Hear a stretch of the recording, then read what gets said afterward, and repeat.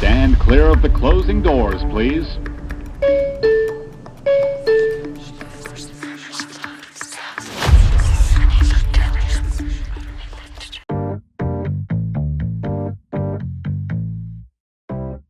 En 5, en 3, en 2, en 1, salida. Buenas noches a todos, buenas noches. Muchas gracias por escucharnos el día de hoy.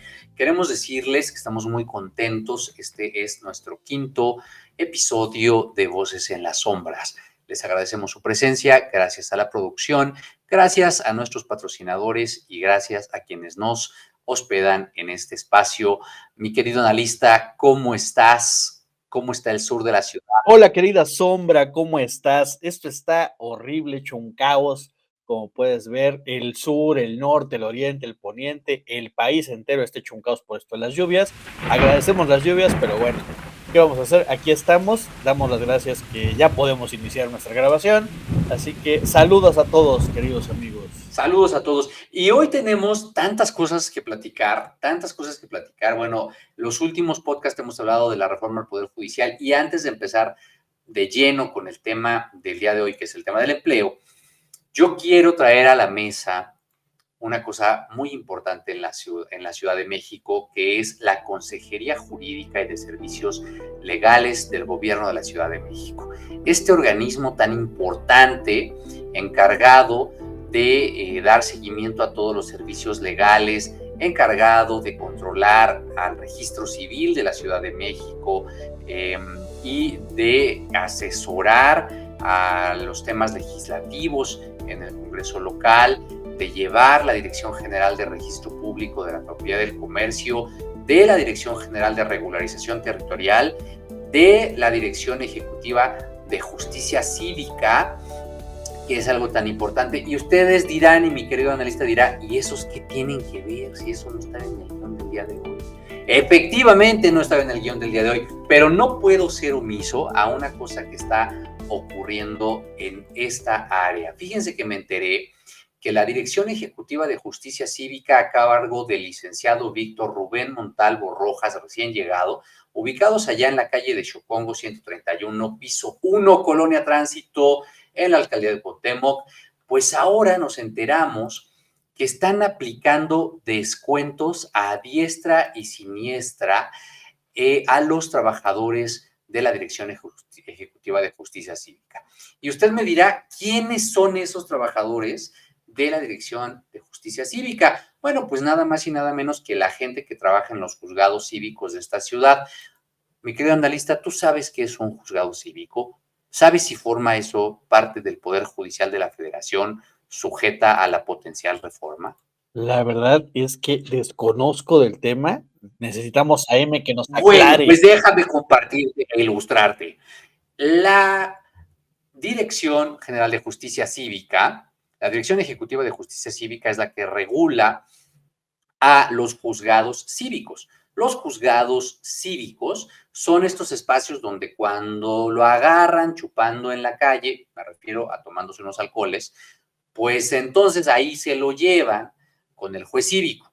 Y el juez cívico, que es el encargado de darle fuerza a la ley de justicia cívica, es el que le dice, pues jóvena, a usted alcanza una multa de tanto y si usted paga esa multa, entonces no lo vamos a guardar en el Torito, no lo vamos a guardar acá y se puede ir a hacer trabajo comunitario. Cuando a usted se le extravía un documento, ¿a dónde va a decir que se le extravió para una constancia, que le den una constancia de fe de extravío? Al juzgado cívico. Entonces, adentro del juzgado cívico hay un juez cívico y hay un secretario y hay varios turnos y ahí llegan, pues que se murió el vagabundito que estaba aquí afuera de mi casa. ¿A dónde va primero? Al juzgado cívico. Ahí tienen un médico legista. Hay delitos que le competen únicamente al Ministerio Público. Ahí no está el juzgado, el juez cívico. El juzgado cívico no forma parte del poder judicial de la Federación. Sin embargo, pues es uno de los agentes impartidores de justicia cívica que son tan importantes pues, para que la sociedad sea más sana.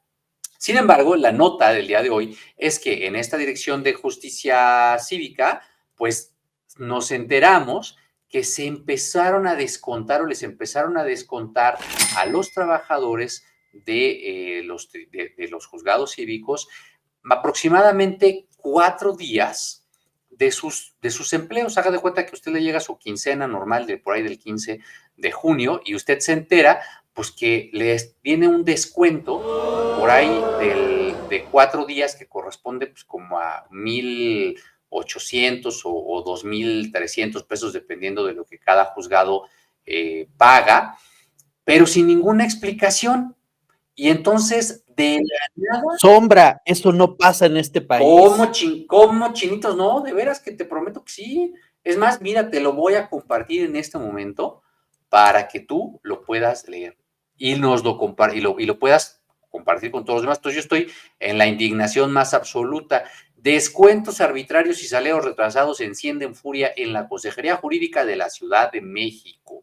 La Consejería Jurídica ha detectado un patrón de descuentos injustificado en las nóminas de los empleados. La administración les señaló que esos montos descontados les serían reembolsados a los trabajadores, pero solo si los trabajadores firmaban cartas condicionadas donde ellos asumían la responsabilidad por no haber informado de diferentes causas de estos descuentos, cosa que ha sido falsa. Y luego nos encontramos que había una persona encargada de hacer esto que se llama Xochitl O.C., que es la señalada como una de las responsables de estos descuentos.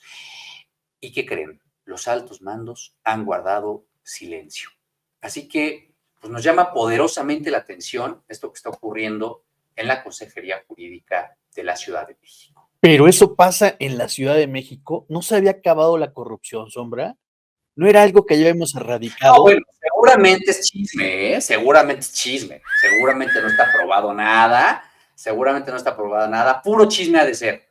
Pero bueno, pues como este es un programa de chisme también, ¿verdad? Seguramente, pues esto no tiene nada que ver con la realidad y con lo que está pasando en este país.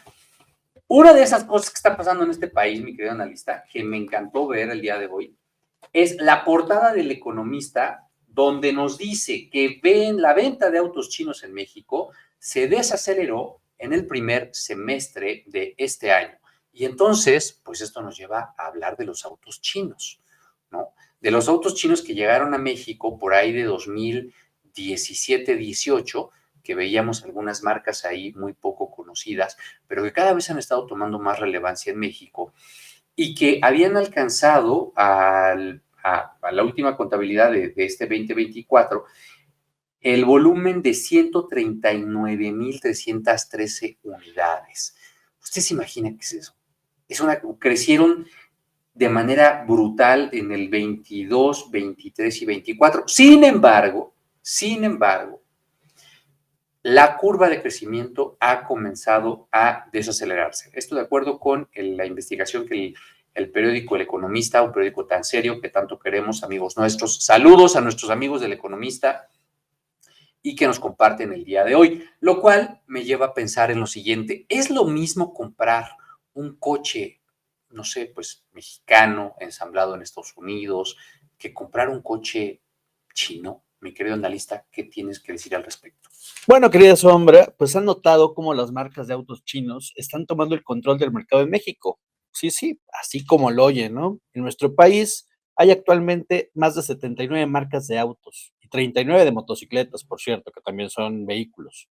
Pero sorpresa, de automóviles, al menos tenemos 10 de ellas que son chinas. Esto no es solo un rumor, es una realidad que está revolucionando el panorama. Imagínense esto en marcas como Geely, Chery, MG, BYD. Están llegando con fuerza y lo más loco es que están vendiendo como si no hubiera un mañana. A marzo de 2024, estas marcas han visto un crecimiento increíble en sus ventas. Los mexicanos, que siempre hemos sido un poco escépticos, estamos comenzando a confiar en estos nuevos jugadores. ¿Será cierto? ¿Quién dirá que nos íbamos a enamorar de los autos chinos, no? A ver, pero yo todavía pienso que, bueno, a ver, no es que presuma, ¿va? Pero todavía pienso. Y eso la verdad es que es un valor agregado en esta comunidad actualmente, en la realidad en la que nos encontramos. Les decía entonces que todavía pienso que no es lo mismo comprar un coche chino o asiático a comprar un coche en México, a comprar un coche hecho en México, pero también hecho en Estados Unidos o en el marco del TEMEC. ¿Por qué? Por múltiples variables. Mire usted, cuando usted compra un vehículo, usted está comprando un bien de capital. ¿Eso qué significa? Que es un bien que incorpora múltiples elementos de valor, que incorpora mano de obra, que incorpora tecnología, que incorpora cadena de suministración, y eso es algo que agrega valor no solo a su vehículo, sino a la economía. Y eso tiene directamente que ver con la producción de empleos, que en realidad es el tema con el que queremos continuar el día de hoy. Así que, hablando del tema del empleo, querido analista, ¿cuántos empleos aportará la industria automotriz a nuestro país? No tengo el dato, Sombra.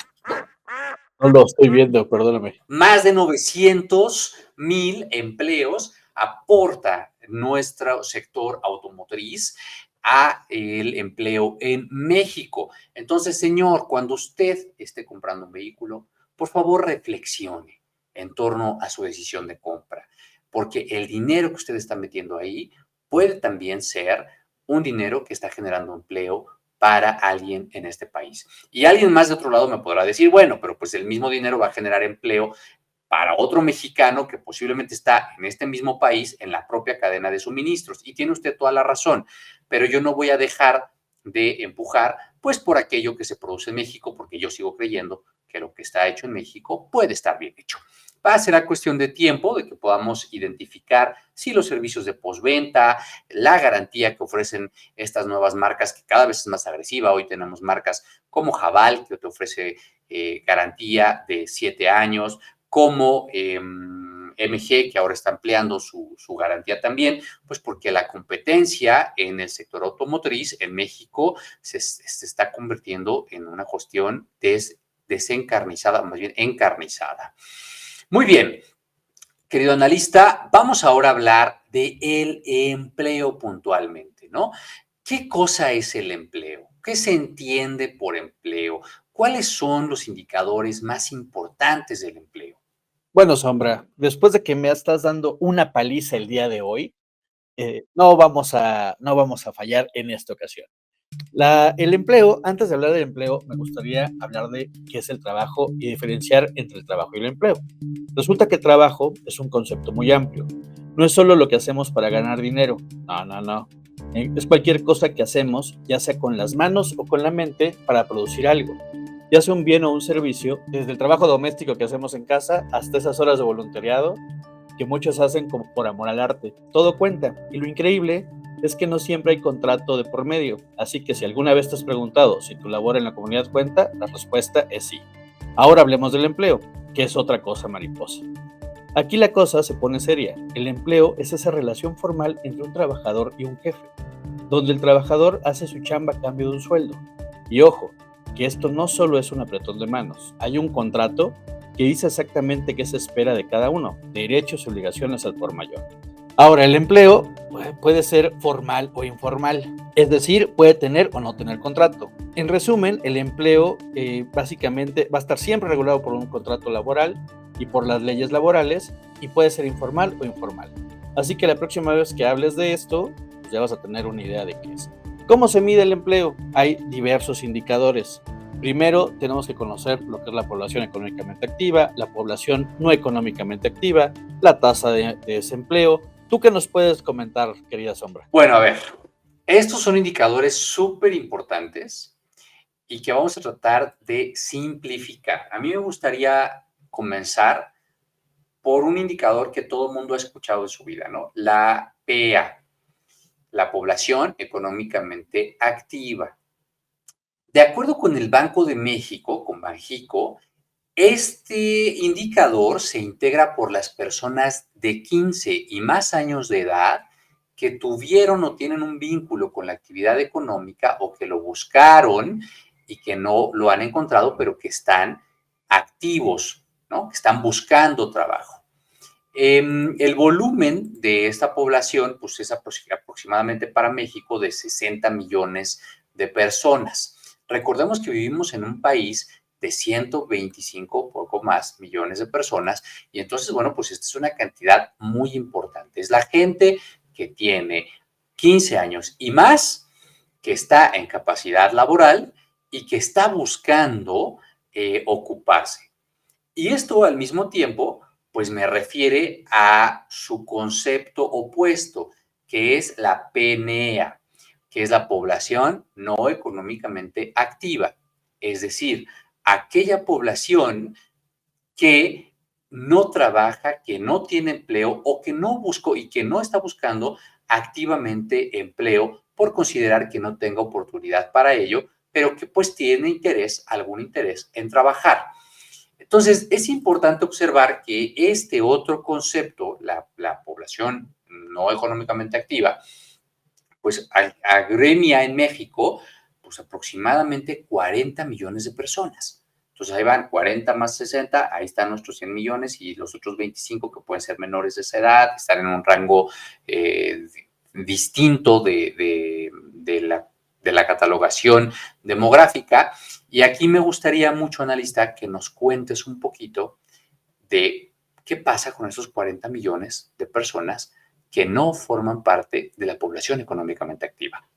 Ok, esta parte de que no estarían en el club de población económicamente activa, vamos a llamarlo de esa forma, corresponde en la realidad a los estudiantes que están dedicados exclusivamente a estudiar, a las amas y amos de casa o amos y amas del hogar, también a las personas que no pueden trabajar por problemas de salud y a aquellos que son los llamados desalentados, es decir, que han tirado la toalla porque creen que no hay oportunidades, así que como pueden ver, esos son la población no económicamente activa. Muchas gracias, analista. A ver, y ahora que hemos definido estos dos conceptos tan importantes, también tenemos que hablar de los sectores del empleo. Cuéntanos a qué nos referimos cuando hablamos de sectores de empleo. Bueno, los sectores del empleo o realmente los sectores de la economía, podamos decir que son tres, aunque en la realidad hablamos de 5 sectores. El primer sector es el llamado sector primario, que es donde básicamente todo empieza. Imagina que estás en el campo, vas a tomar tomates y de ahí nace lo que es la agricultura, ganadería, pesca. Todo esto es a través de los recursos naturales que luego se usan en otros lugares. Después viene el sector secundario. Ahora imagina que esos tomates que tienes los llevas a una fábrica y los quieres transformar en una salsa cápsula, ¿no? Entonces, este sector se encarga de tomar las materias primas del sector primario y convertirlas en productos que podemos usar como muebles, ropa e incluso algunas casas. Después viene el sector terciario. Este es un poco diferente porque no se trata de hacer cosas, sino de ofrecer servicios. Piensa en ir a un restaurante o en llamar a un taxi. Aquí entran los comercios, bancos, educación y hasta la salud. Ahora, hay 2 sectores adicionales. Uno de ellos es el sector cuaternario, que aquí se habla de cosas más avanzadas, como la investigación y el desarrollo. Piensa en las empresas que crean nuevas tecnologías o en las universidades donde se enseña a los estudiantes. Y por último, el sector quinario. Este es el que se ocupa de las decisiones importantes. Imagina a los jefes de grandes empresas o a los líderes de organizaciones que toman decisiones que afectan a muchos. Eso como si estuvieran en la cima del rompecabezas, asegurándonos de que todo funcione bien.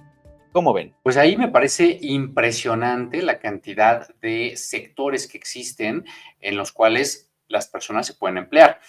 Y en ese sentido me gustaría referirme al sector primario.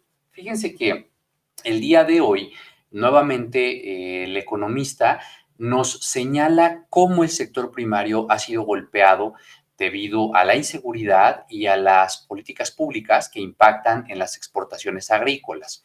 En ese sentido, estados como Sonora, como Nuevo León, como Tamaulipas, Zacatecas, Aguascalientes, San Luis Potosí, Estado de México, Colima, Guerrero, Campeche y Quintana Roo son de los estados que han tenido mayores variaciones anuales en torno a su capacidad de exportación. Hablemos, por ejemplo, de Michoacán, ¿no? Michoacán, que es uno de los estados con mayor capacidad de exportación agrícola en México y que debido a las condiciones de inseguridad que han permeado en el estado, pues ha visto reducida su capacidad de exportación, lo cual no ha resultado tan necesariamente en un beneficio para el mercado interno.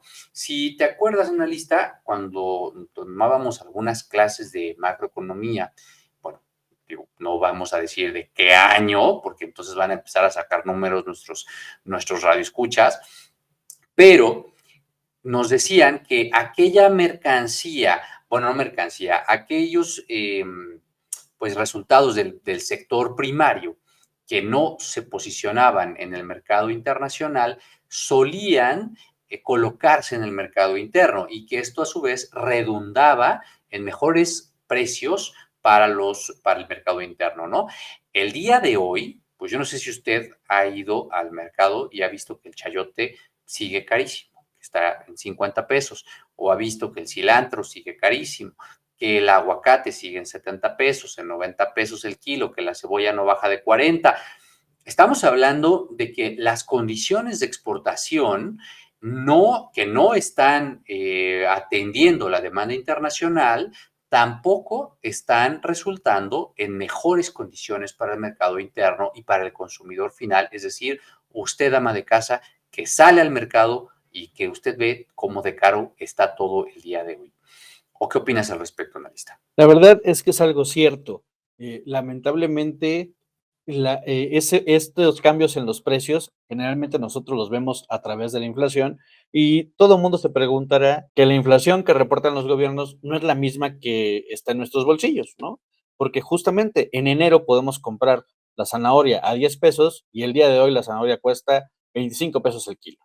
Entonces, eso indudablemente es lo que está afectando al sector primario. Hay escasez de naranjas, no sé si lo han notado. Resulta que no puedes encontrar naranjas en ningún súper, en ningún mercado. ¿Por qué? Pues una, por el tema del agua, la otra, el tema de los cultivos. Hay que recordar lo que está pasando de inseguridad o lo que ha sucedido en Michoacán con el tema del aguacate. Eso justamente es lo que está afectando a este sector, que es primordial y es la base de los 5 tipos de sectores que existen. ¿Cómo ven? Es muy claro, muy clara la observación que nos haces. Aquí quisiera señalar, si hay alguien en la audiencia que se dedique a la agricultura, un ejemplo claro de cómo la pérdida de dinamismo en el sector primario nos pega es el chayote, ¿no? El chayote ha visto una reducción en las plantaciones, provocando un aumento de precio que nos ha llevado a 40 pesos solamente en esta semana por un kilogramo. Ustedes se acuerdan, hace 3 años y un kilo de chayote no pasaba de 15 pesos, ¿no? Entonces, estamos hablando pues de que nuestra capacidad productiva no está siendo suficiente, lo cual me lleva a preguntarte, analista, pues, ¿qué pasa con la inflación? ¿No? Ya sabemos que la inflación que estamos viviendo realmente, pues es la que sí, la que sentimos todos cuando vamos al súper o cuando vamos al tianguis, más allá de la que nos pueda decir el Banco de México.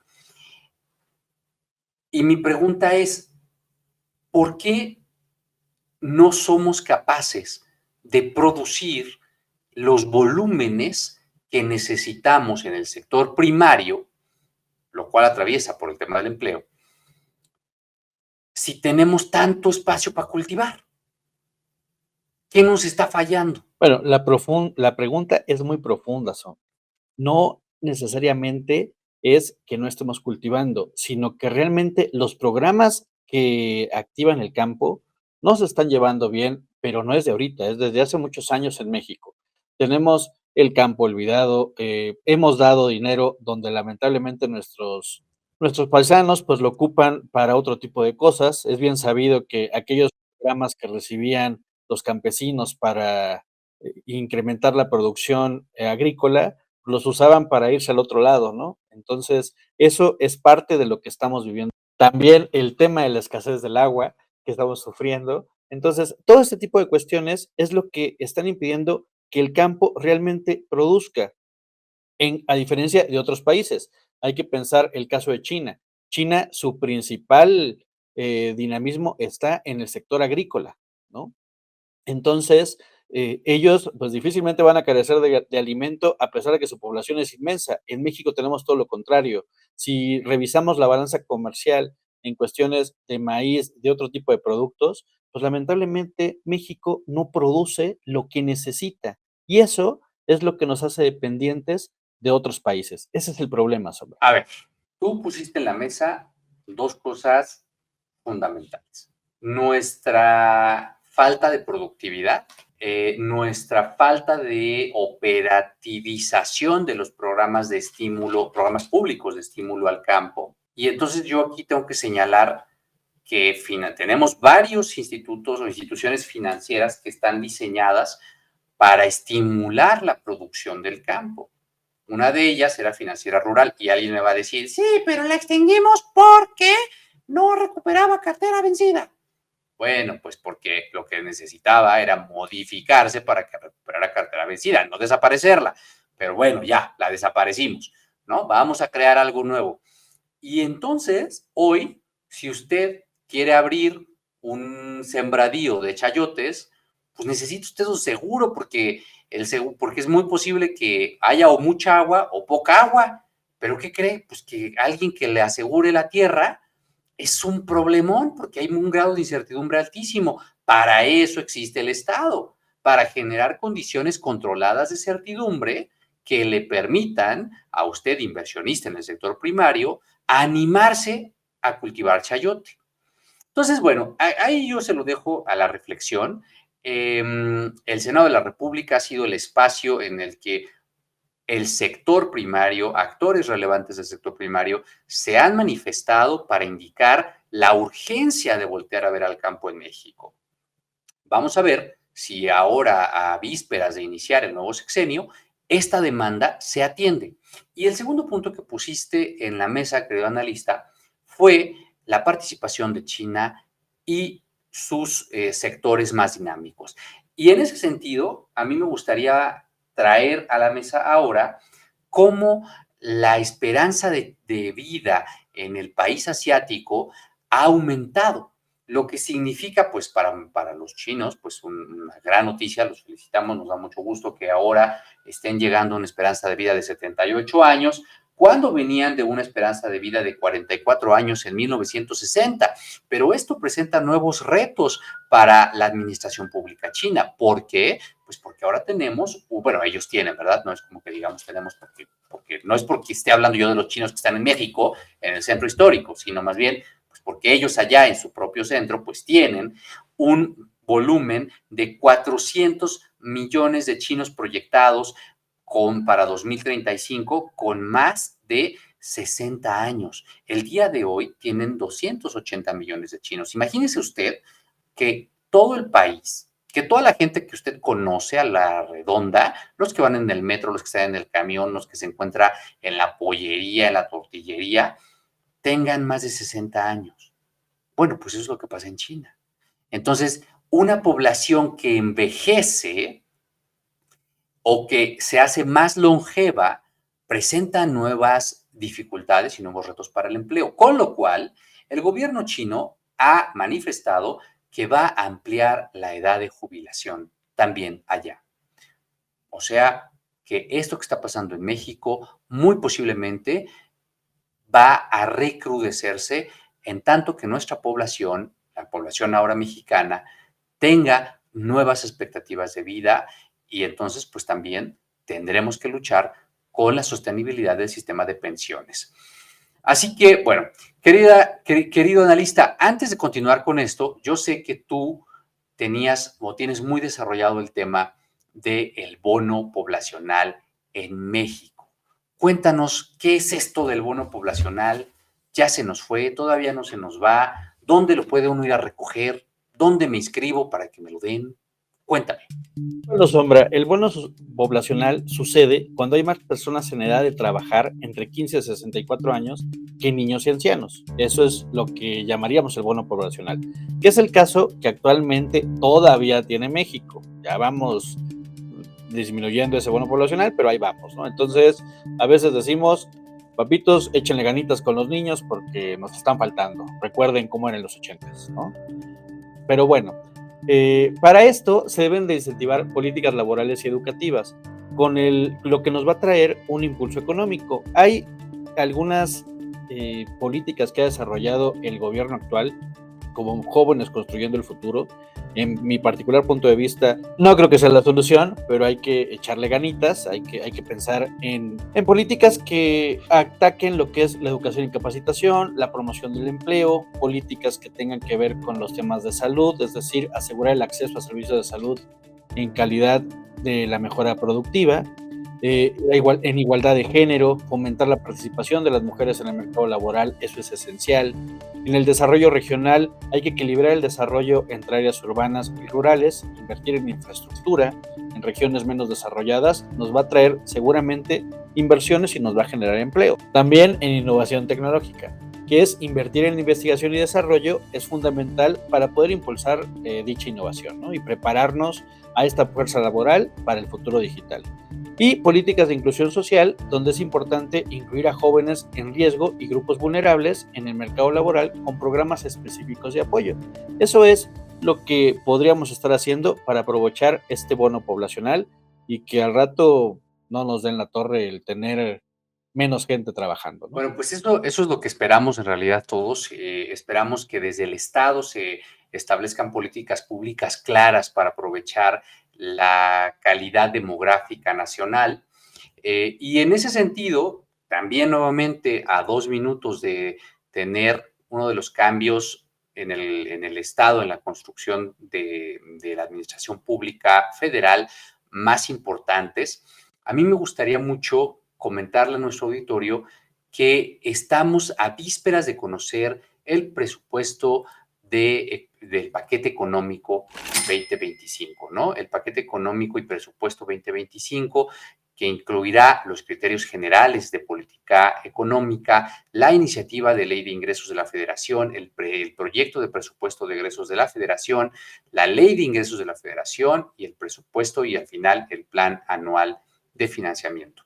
En ese sentido, quedó una lista, como todo esto suena muy complicado, y lo es, pues tú que tienes todas las tablas del mundo en esta materia, me gustaría que nos expliques qué es esto del presupuesto de egresos de la Federación y por qué es importante para nuestra vida cotidiana. Por supuesto, querida Sombra.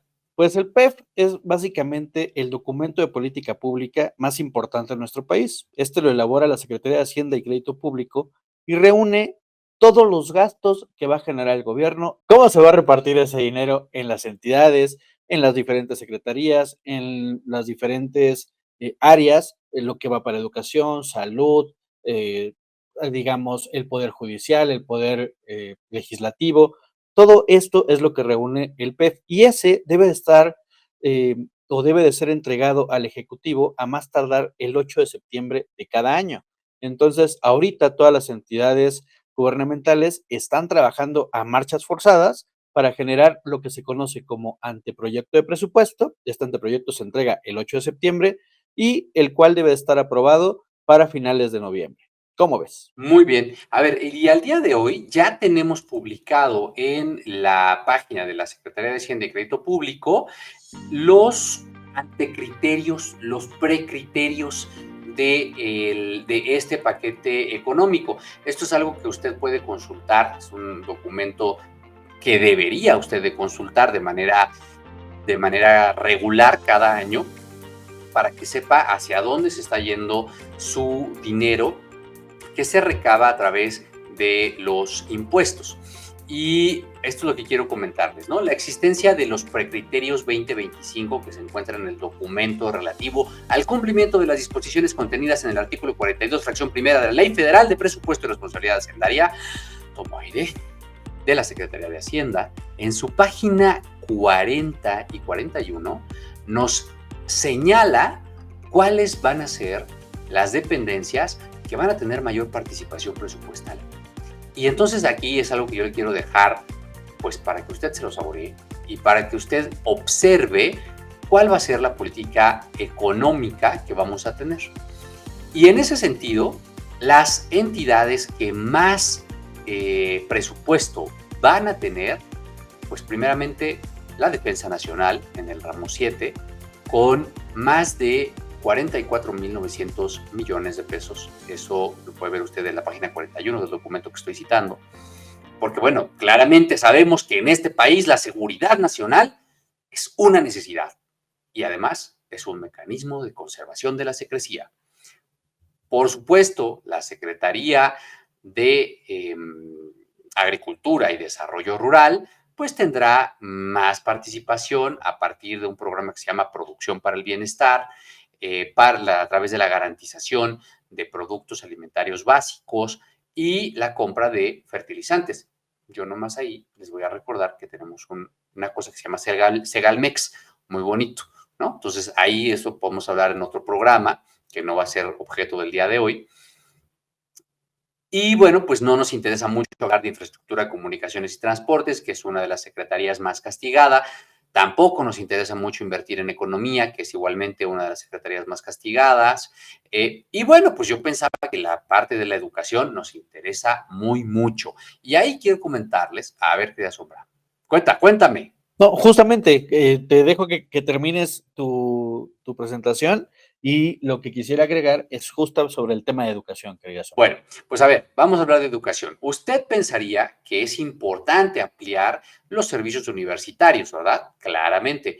Pero quiero decirles, para la alegría de muchos de los que nos escuchan, que la beca universal para estudiantes de educación media superior Benito Juárez mantendrá y posiblemente ampliará su cobertura gracias a que está solicitándose más de 39.366 millones de pesos.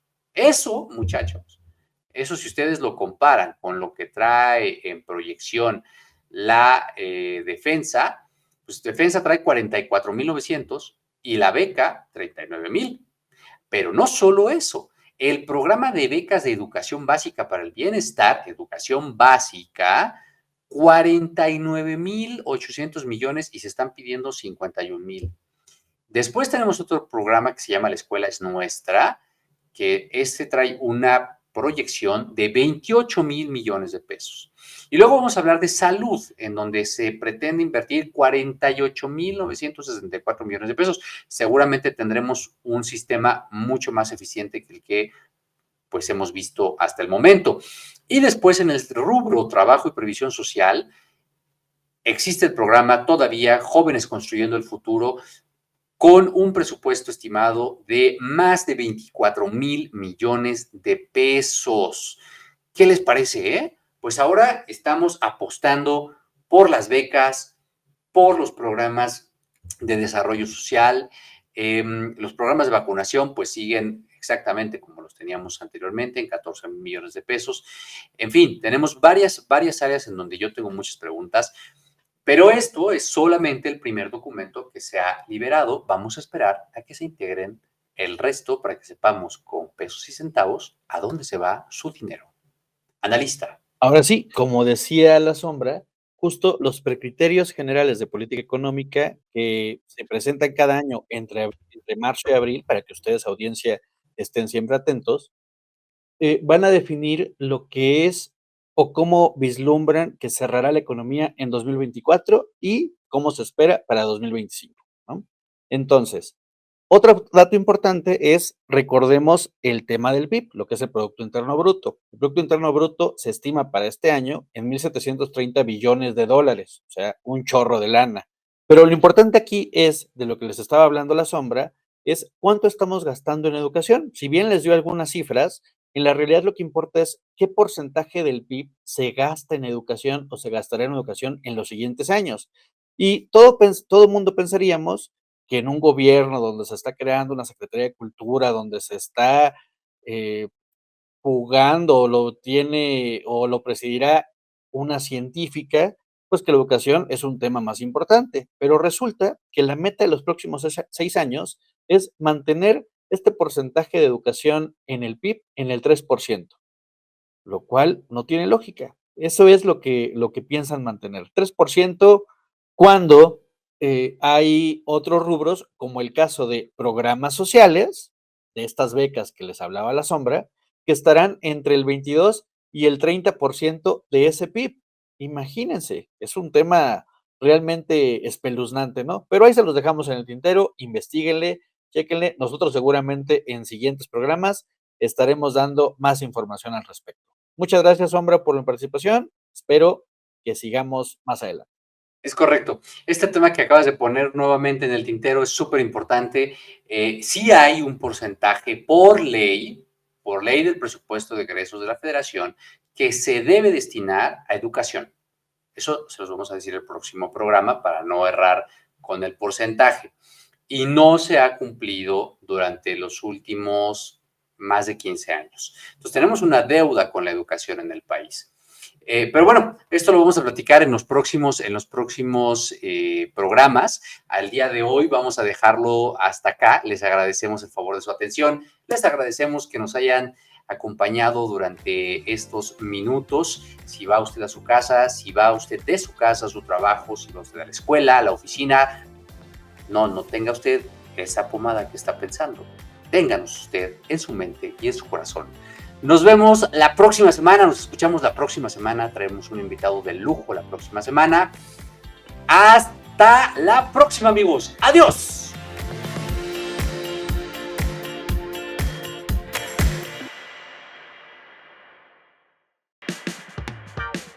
Esto fue ANCOP Radio, un podcast de la Asociación Norteamericana de Comunicación y Publicidad.